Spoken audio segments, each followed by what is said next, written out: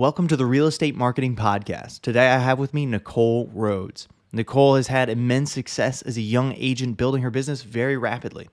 In today's episode, we talk about how she got her first clients, her thoughts on paid real estate leads, how to get clients as a young agent using Instagram to build her business, as well as event-based marketing for realtors.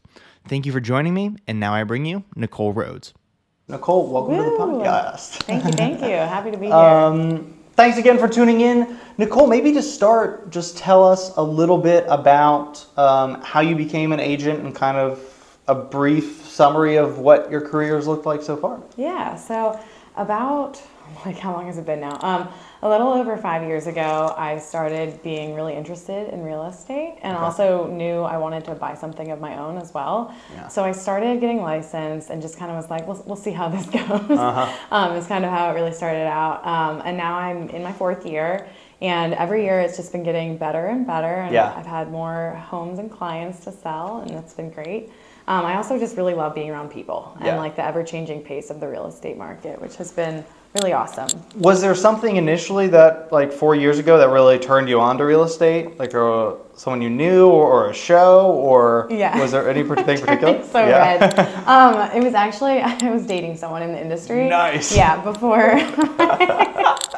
And it stems from, I was 24 at the time and he was 30, and he already had 3 houses at 30. And I thought that was very cool. And I was like, I'm going to do this too. So gotcha.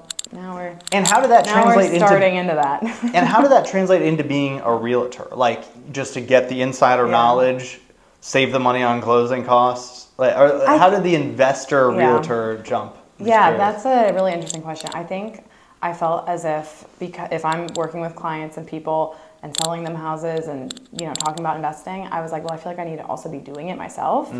So that I can then educate people better on it after going through it in my own experience. So that's kind of where that's all That makes total sense. That's really interesting. And so you've seen, so where did you start in your real estate career? What kind of spot were you in when you first landed?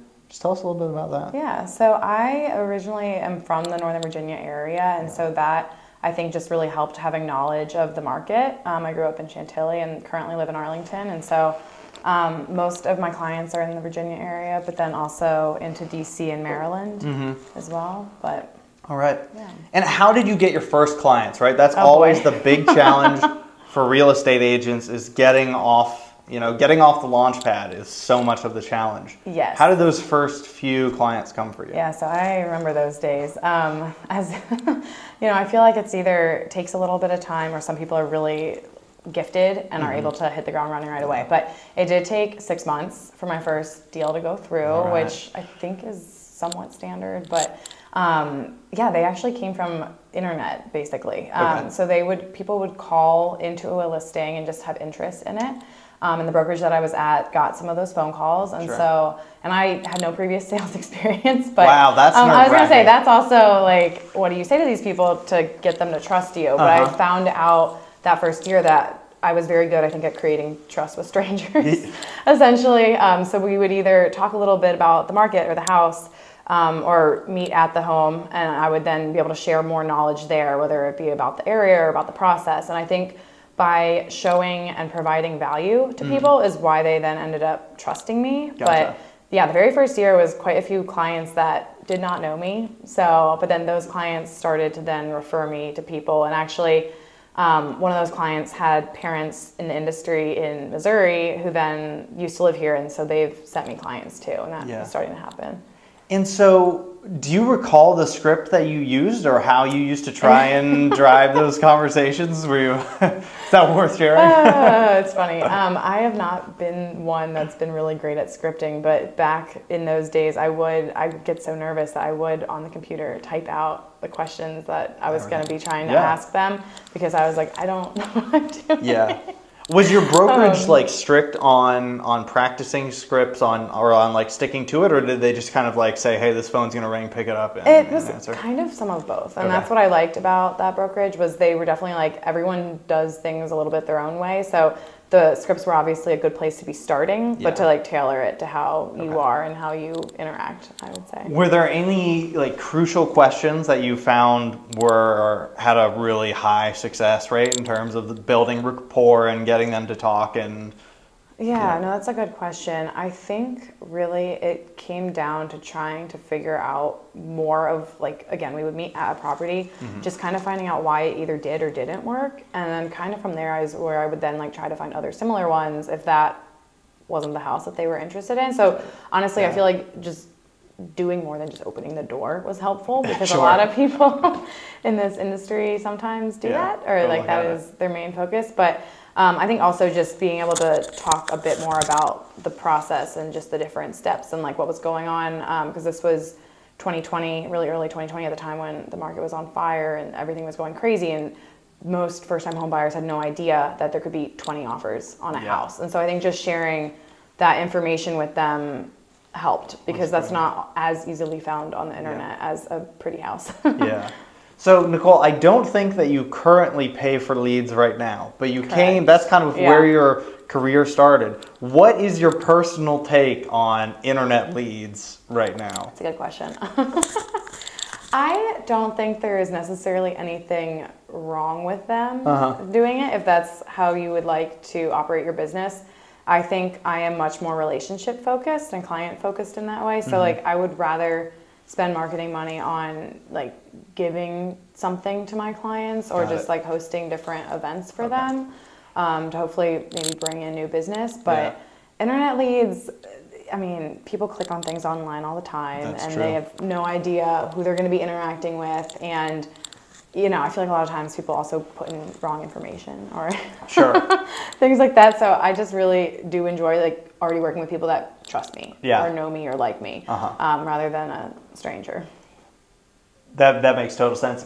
But your career kind of, when agents talk about a sphere of influence, it's often their friends, family, relationships. But for you, it was also kind of those first few core customers that you got from those initial phone calls. And was phone calls really the primary lead generation? I know young agents also do a lot of open houses, of course, but did most of your leads or your first closings really came from the call lines? Yes, so it was completely from live call lines. Basically was the makeup of my first year. That's amazing.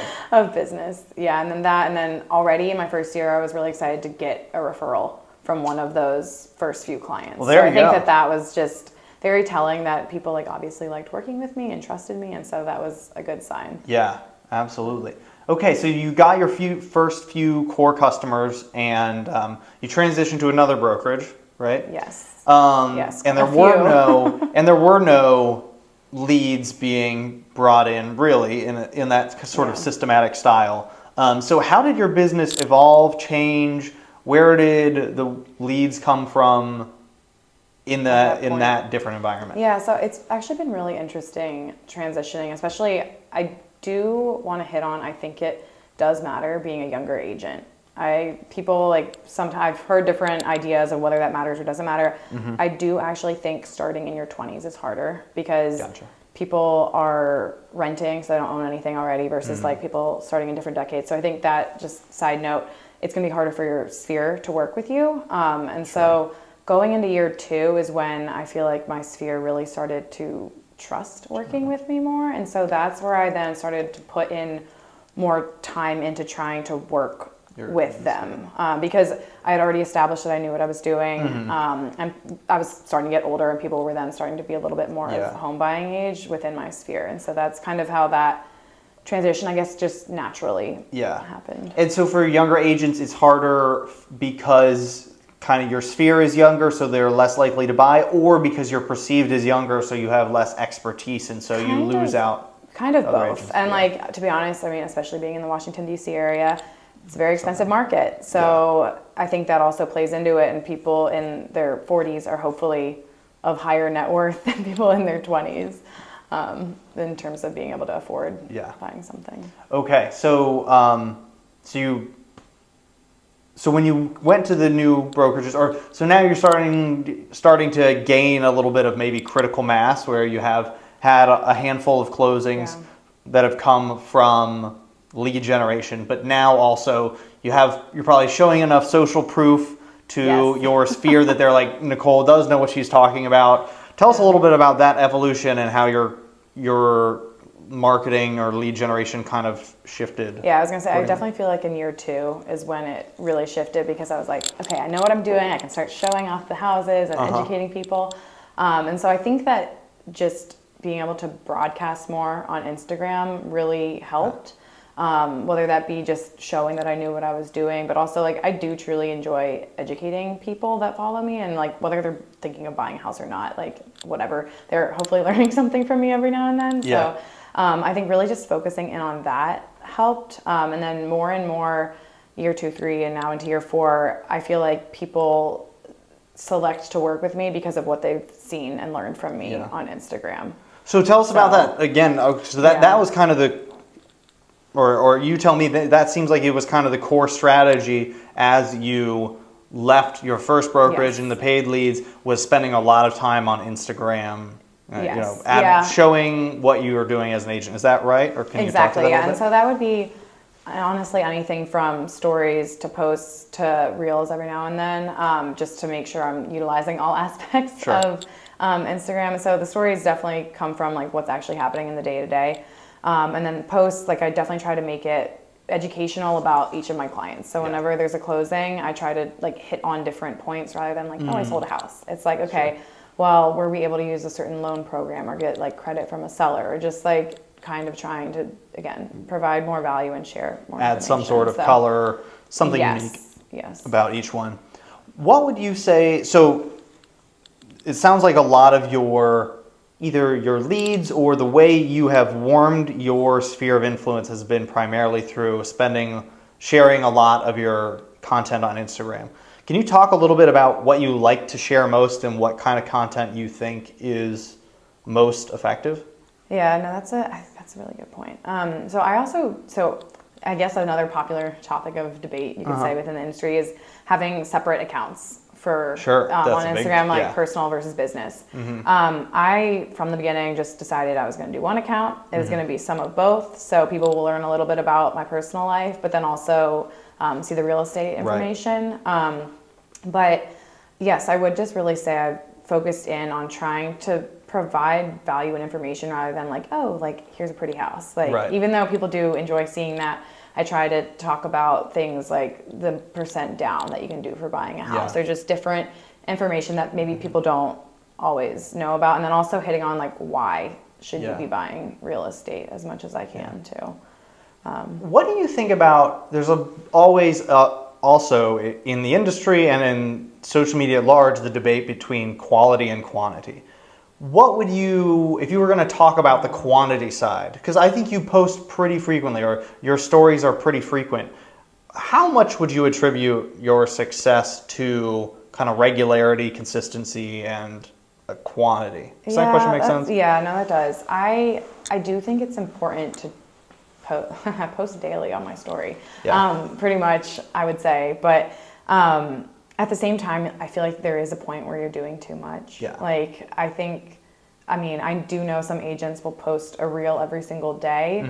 I think that might be like a little bit much, just because maybe that's not what your followers always want to see. Like maybe like 2 or 3 per week would be sufficient type of thing. But I do think there's a balance in that. And I feel like I'm at a pretty good point with like the stories and the posts and the reels. But it's hard to really know, I think, like, because then you can just start getting unfollows.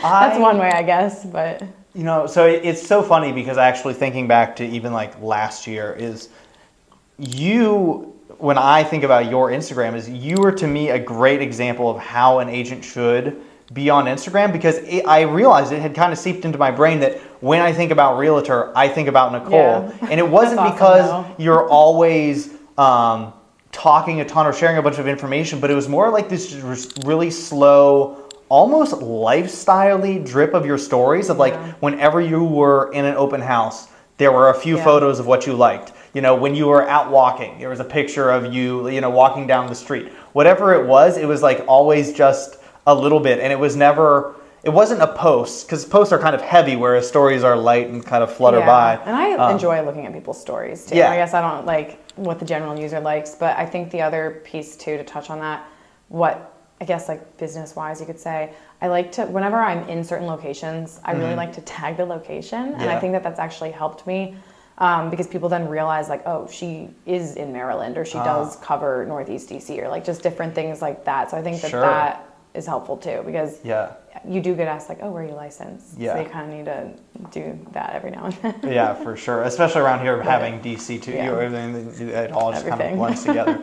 But I really do, when I think about what agents especially do stories really well, and I think, and would love your thoughts, but stories are really great for your current followers, where posts are better for trying to find new people. Posts get put in front of current followers, but also get to new people, where stories are really just your current followers. But they're great for warming your database, especially because you can post kind of whatever you want, right? You like to cook in the evenings, cooking and running. Cooking and running, and you share that stuff, not in the post, but in the stories. But it kind of builds this affinity where suddenly I almost get to secondhand partake in your hobbies in this really light way. Was that like a conscious decision to do all that stuff, or a kind of a conscious strategy decision, or have you just kind of made it along the way? I mean, I feel like I sound like influencer a little bit, but I feel like people sometimes do like to see what you're doing when you're not doing real estate, and so I try to like make sure to highlight, okay, she's doing, like, she does other things too. She has a life, which is true. Like most of whatever I'm posting is actually happening right there. But I also think it's interesting because people will reach out on non-real estate related things sometimes. Like they'll ask about like, oh, what running app do I use? Or like my comparison between HelloFresh or Blue Apron for the meal boxes or something like that. So I think that that's also kind of funny. But I like appreciate getting asked those things. I think that that's awesome. And so just like having all of it. But to your point, I mean, stories are definitely whoever is currently following you. And then I've noticed, looking at like the Instagram metrics, that the reels, I feel like, actually are definitely what expand you to new audiences.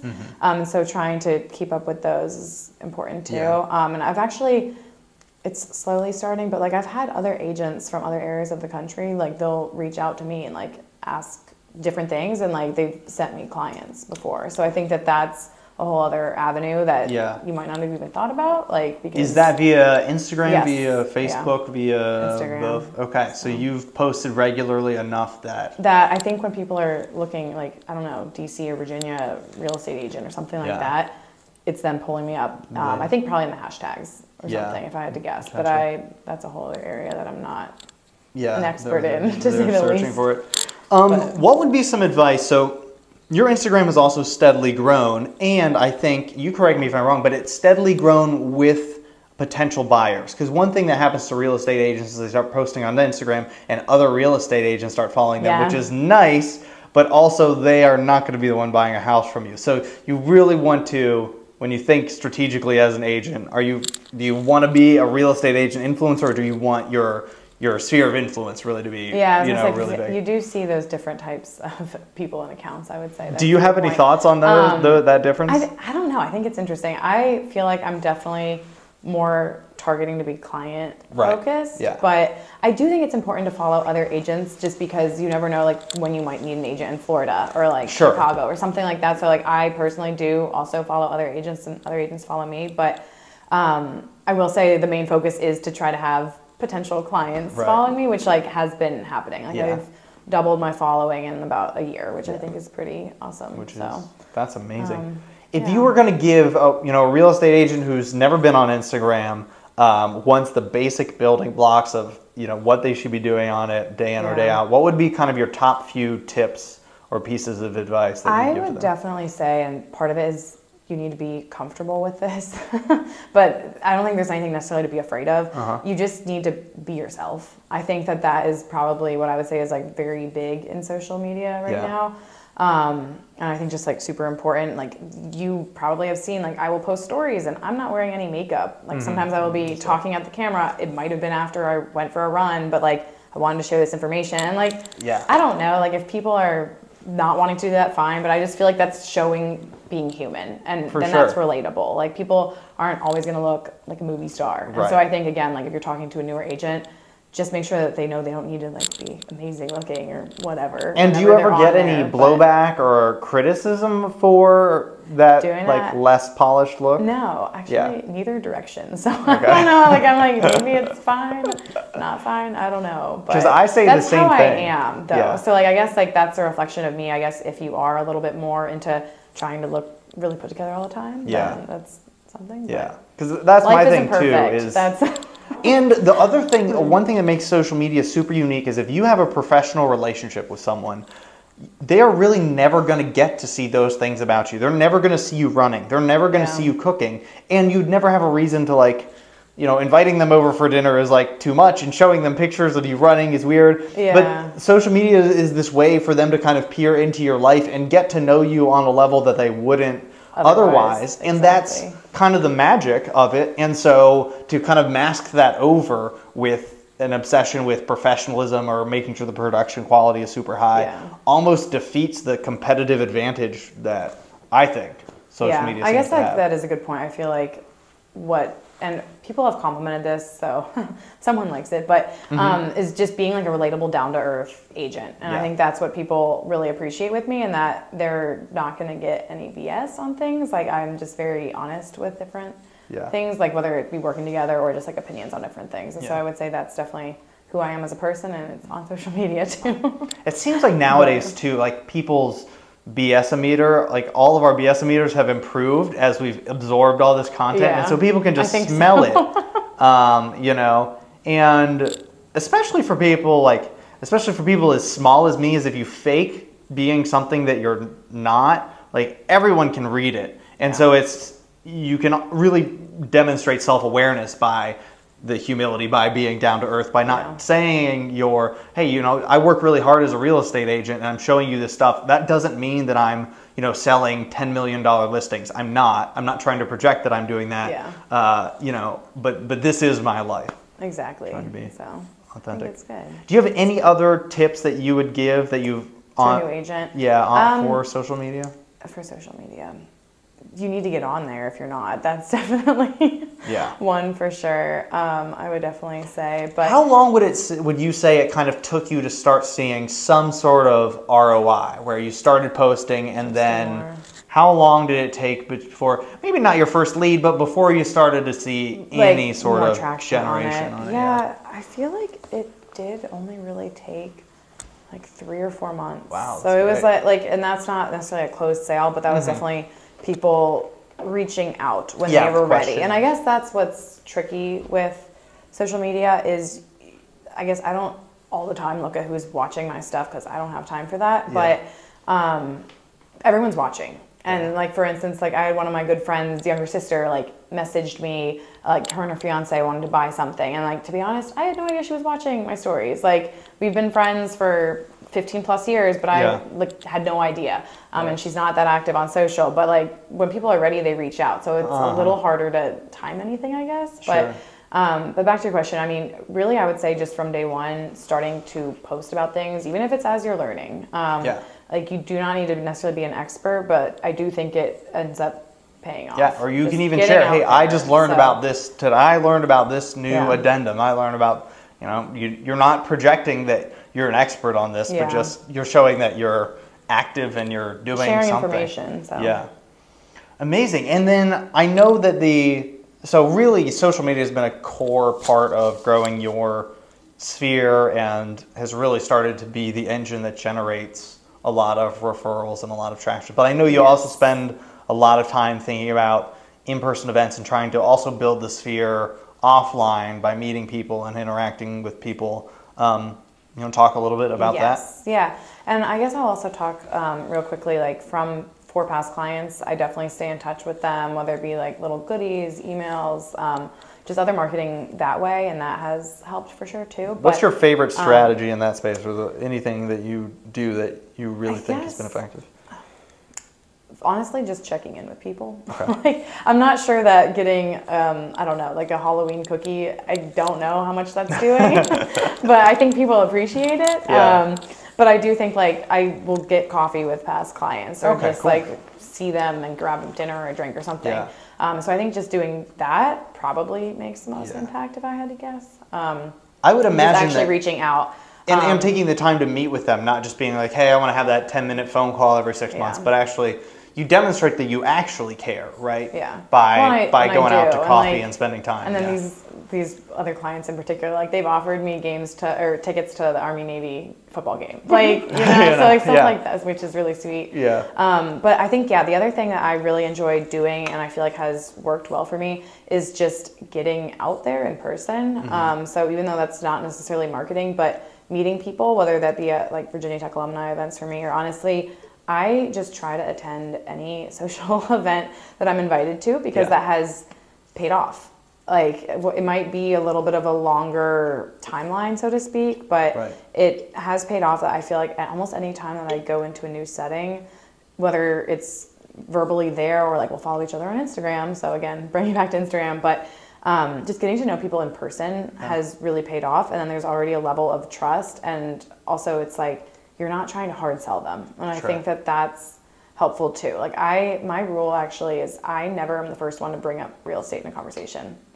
If it comes up, that's when I'm like, let me talk to you about this. Like, here we go now. But that's actually my rules. I don't bring it up first. But then, like, as soon as someone does, then it's... And that's part of the authenticity. The deal's over, I think, Yeah, the down to earth is that you're not hawking it all over the place. Exactly. I know because I feel, personally, like, who likes those people? Like, I don't know, but... No one wants to be sold. I know you have some kind of crazy stories. What are some of your favorite stories of like funky interactions or people have turned into leads or customers? I think probably one cool situation that's been awesome was one of my very first clients. Her parents are agents in another state, and they have now sent me already 2 or 3 different clients that have worked with me. And so I think that was amazing because she was actually my very first client. So I was like, wow, like parents who are agents that I was interacting with like really thought I did a great job. So like that was awesome. I've met people at holiday parties who have turned into clients. Actually, I think probably the wildest one was on a birthday trip to Peru for somebody. Someone I met there is now working with me to buy something. That's wild. So even in different countries, like, you know, it's happening. Somehow it connects. Yeah. Do you have any particular strategy for the in-person events, or it sounds like you just kind of, whenever events come, you're always, yes, you're always just opting in?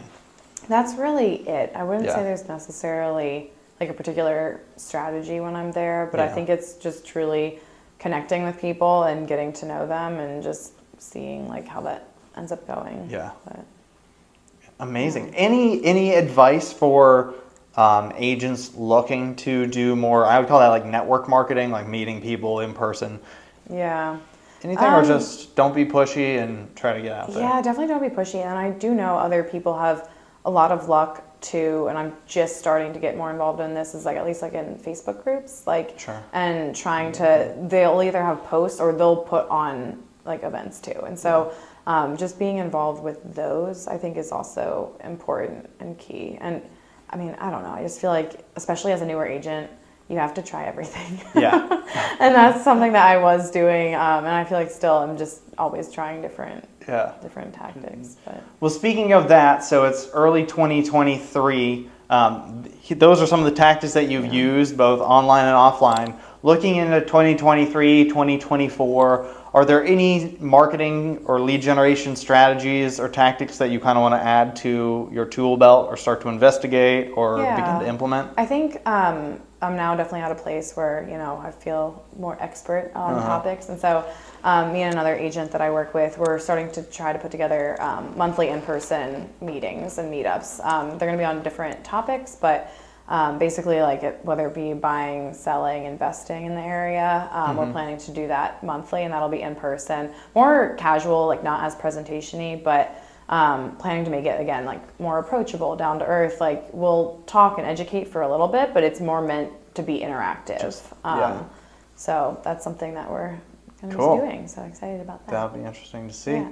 Great. Anything else that we should talk about on the podcast, Nicole, before we wrap up? The only thing like directed directly at agents is, you know, if you are in the beginning, just to keep at it and keep just doing and trying different things. Nothing's going to happen the first time. You have to keep up with the consistency, and that kind of also goes back to Instagram too, and just other marketing. It's never going to work just the first time. Yeah, especially in real estate. The sales cycle is so long. You got to keep at it and keep at it. But then it starts to, I don't want to say go on autopilot, but like it will start to snowball. Yeah. And as you mentioned, that is essentially what's been happening the past few years then for me. So.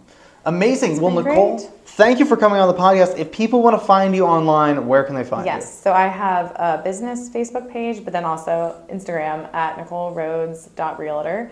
How do you spell Rhoads? I was going to say Rhoads is spelled Rhoads. Very important. But yeah, just go ahead and give me a follow and ask questions if you ever have them. There you go. Well, thanks so much, Nicole. Yeah. Thank you guys for tuning in for another episode of the Real Estate Marketing Podcast. We appreciate you being here. And until next time, we'll see you soon.